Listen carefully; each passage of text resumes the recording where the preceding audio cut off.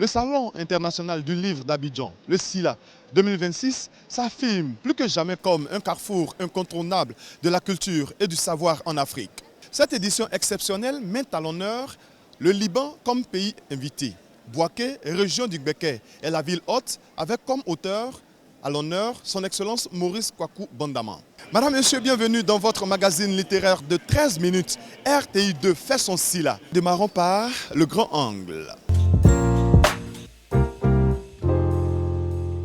Nous nous retrouvons ici dans ce stand, n'est-ce pas, du pays invité, le Liban, en compagnie de...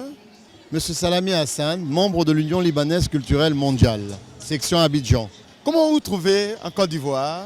Nous avons énormément de plaisir à présenter un certain nombre d'auteurs, d'écrivains ivoiro-libanais, mais également en fait des auteurs venus un peu de partout du monde, de la France, du Liban, voilà. Donc c'est un grand plaisir de montrer un peu la diversité culturelle de ce pays, notre pays, au même titre que la Côte d'Ivoire évidemment. Donc c'est un bonheur pour nous ce matin d'être présents ici. Alors vous êtes venu directement du Liban ou bien vous vivez en Côte d'Ivoire? L'Union libanaise culturelle mondiale que je représente ici, sur ce stand avec d'autres collègues, est une association apolitique, non gouvernementale à but non lucratif, constituée de 23 personnes, tous issus de la Côte d'Ivoire. Nous sommes nombreux à être ivoiro-libanais dans cette association. Nous avons reçu des auteurs qui viennent du Liban. Notre rôle, nous, c'était de constituer cette chaîne de liaison entre nous qui sommes là et ceux qui viennent afin de présenter cette diversité culturelle. Est-ce que déjà on peut avoir un bout? Avec plaisir. Déjà ce matin, c'est la journée en fait à Kouaba comme vous avez dit.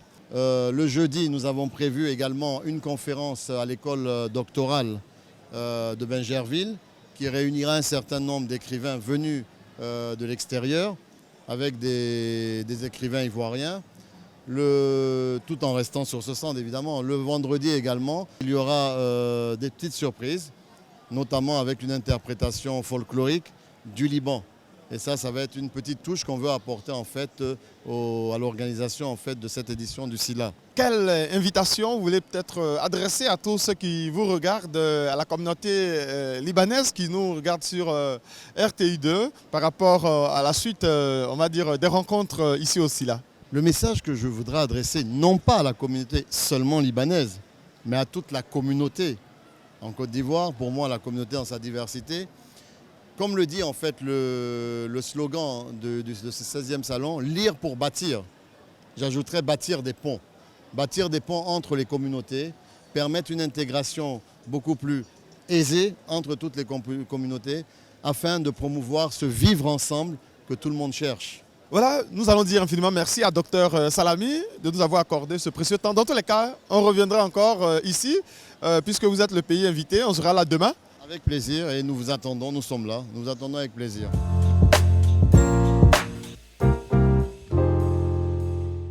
À présent, nous nous rendons dans le cadre, cette fois-ci, du tête-à-tête avec un brillant auteur. Pour en savoir davantage sur lui, vous voulez que je vous dise son nom? Oui? Monsieur Martial Assem. Martial Assem, bonjour, bonsoir. Bonjour Abdul, bonjour, bonsoir. Alors, si on vous demandait qui est Martial Assem? Martial Assem, c'est un homme de médias qui a commencé par la radio et qui a réussi à tracer son chemin au niveau national, au niveau international, et qui récemment a décidé de mettre son expérience au service de ses contemporains, mais surtout de la jeunesse, pour aider surtout les jeunes à pouvoir surmonter les défis, les difficultés, grâce à un nouveau mindset, grâce à un état d'esprit nouveau. Et pour moi, c'est ce qui me conduit dans ce que je fais en ce moment. Et puis je suis devenu auteur, écrivain, et c'est le moyen que j'ai trouvé pour pouvoir justement toucher le plus grand nombre, pour pouvoir parler à la jeunesse. Comment votre carrière a démarré et où? Ma carrière a démarré à Yopougon, à Radio Yopougon. C'était en 1998, c'était l'avènement des radios communales, radios de proximité. Et comme j'étais un passionné de musique, j'aimais beaucoup l'animation radio. J'ai tenté ma chance, ce n'était pas évident dès le départ, parce qu'on m'exigeait des diplômes que je n'avais pas. Mais je vous ai parlé tout à l'heure d'état d'esprit, de mindset. J'étais quelqu'un qui en voulait et donc je ne me suis pas laissé démonter par les refus, par les non. Chaque jour je suis revenu, jusqu'à ce qu'on me donne ma chance. Et quand je l'ai saisie, c'était pour ne plus la laisser. Comment est-ce qu'il y a peut-être une petite anecdote à ce niveau? J'aurais pu attendre. J'aurais pu décider que, bon, c'est vrai ce qu'il dit, je vais attendre encore 2 ans. Mais il y avait cette flamme, ce feu qui brûlait en moi. J'étais convaincu que c'était l'opportunité à ne pas rater. Donc j'ai insisté, persévéré jusqu'à ce qu'on me donne ma chance. Et là, je l'ai saisi parce que c'était une chance qu'on me donnait. Il ne fallait pas maintenant que je vienne bafouiller, ne pas me montrer à la hauteur. C'est pour ça que je parle de chance que j'ai saisi. Alors, de Radio Yopougon, vous êtes rendu où par la suite jusqu'à aujourd'hui? Après Radio Yopougon, ça a été la RTI, Fréquence 2. Après Fréquence 2, la Radio des Nations Unies en Côte d'Ivoire, ONUCI FM.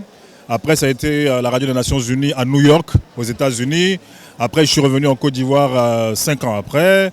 Je suis revenu à la RTI et j'ai terminé, il y a de cela 2 ans et demi, à la Radio des Nations Unies au Mali. Donc ça a été ça mon parcours. Vous avez fait un peu le tour du monde jusqu'aux États-Unis.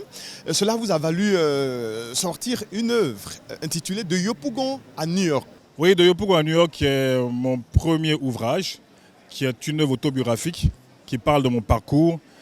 Pour dire aux gens que oui, on peut partir de Yopougon et puis se retrouver à New York, c'est possible. Parce qu'il y en a qui doutent dans la vie, qui se disent mais comment est-ce que je vais faire? Vous avez aussi rendu hommage à Feu Marcellin Yassé. Rendre hommage à Marcellin Yassé, pour moi, c'était une évidence. Marcellin Yassé fait partie des premières personnalités publiques que j'ai reçues quand j'ai commencé ma jeune carrière d'animateur à Radio Yopougon. Et j'ai été marqué par ce personnage-là parce que autant il était célèbre, autant il était quelqu'un d'inaccessible, enfin c'est ce que je me disais, autant c'était quelqu'un qui était simple, gentil, généreux, bienveillant. Et depuis lors, une belle relation a été tissée entre nous et nous avons gardé de très bons rapports jusqu'au jour de son décès. Nous sommes à la 16e édition du SILA, Salon international du livre d'Abidjan, autour du thème « Lire pour bâtir ». Impression? Alors, 16e édition du SILA, c'est la preuve que c'est un salon qui, d'année en année, renforce sa position, renforce l'attrait qu'il a vis-à-vis du public. Et on ne peut que féliciter les organisateurs parce que ce n'est pas évident. On sait que le livre n'est pas forcément un univers, un monde qui est le plus attractif. Mais on voit qu'au fil des années, il y a quand même un intérêt qui commence à être suscité de la part du public, de la part de la jeunesse. Et moi, je ne peux que, comme je l'ai dit, encourager les organisateurs. Lire pour bâtir, c'est important parce qu'une nation qui a envie d'exister, qui a envie de perdurer, doit être consignée dans les livres.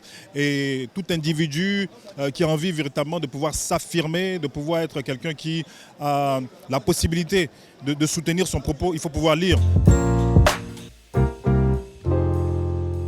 À la suite du tête-à-tête avec Martial Assem, à l'instant, nous voici donc dans cette autre articulation, la virgule famille, en compagnie d'une famille, une dame qui est venue avec son enfant et certainement ses sœurs. Bonjour madame. Bonjour monsieur. Comment vous allez? Très bien. Vous appelez comment? Kofi Rita. Ah, nous voyons avec... c'est votre fille? Oui, c'est ma fille. Elle s'appelle comment? Elle va se présenter. Bonjour. Bonjour, Comment tu vas? ça va bien. Tu t'appelles comment? Kangali Nakia Alors, qu'est-ce que Kanga fait ici? pour acheter des livres. Ah, vous êtes venu acheter des livres. Oui, Et vous avez acheté déjà combien de livres? je sais, une dizaine. Ah, une dizaine de livres. Vous pouvez nous présenter les livres que vous avez achetés? Tu as vu ça? C'est beaucoup comme ça. Est-ce qu'elle est contente? Oui, oui, je suis contente. Alors, elle aime les livres? Oui, j'aime les livres. On va se tourner vers maman. Maman, pourquoi vous êtes venu aussi là avec votre fille? Elle adore les livres. Je prends des livres régulièrement à la librairie de France. Au moins chaque 2 semaines, on choisit des livres et puis on rentre à la maison. Mais à chaque fois on arrive, quand elle aime, elle va te faire en 1 heure, elle a fini de lire un livre. Et elle a son éditrice préférée, Bernadette Kouakou. On espérait la voir, mais malheureusement, demain elle sera là. Donc, le livre, la lecture fait partie donc de votre, on va dire, emploi de temps. Oui, exact. Pourquoi? On éduque à la lecture. À notre époque, il n'y avait pas beaucoup de télévision, il n'y avait pas beaucoup d'écran, il n'y avait pas beaucoup de comment on dit ça, de réseaux sociaux. Donc, à travers des livres, moi c'est vrai que je suis plus BD, mais à travers les livres, on s'éduque. Dans le cadre, cette fois-ci, de l'articulation, le marque-page qui vous met en lumière notre coup de cœur. Notre coup de cœur, c'est ce que vous voyez. Un véhicule qui se retrouve aussi là. Quelles sont les raisons? Quelles sont les motivations? Bon, nous allons nous tourner vers la demoiselle. Bonjour, bonsoir madame. Bonsoir monsieur. Vous appelez comment? Sarah Kané. Alors, c'est quoi cette représentation ici aussi là? Ici, on fait la promotion d'un film qui a été adapté de base par le roman d'Amadou Koné, Les Phrases des Binto. Donc, on représente en gros l'univers du film, comment ça va se passer.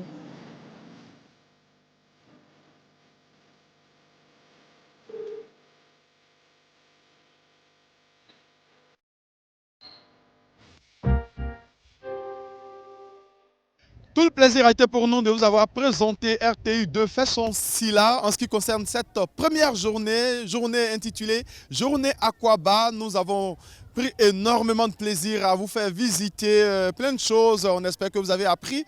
En même temps que nous, on va se retrouver demain. Ça sera dans le cadre de la journée des écoles. Madame, Monsieur, nous vous invitons à suivre RTU2. Surtout, RTU2 fait son Silla culturellement. RTI2 fait son Silla, moi je suis. Le Silla, c'est sur RTI2, dans RTI2, fait son Silla.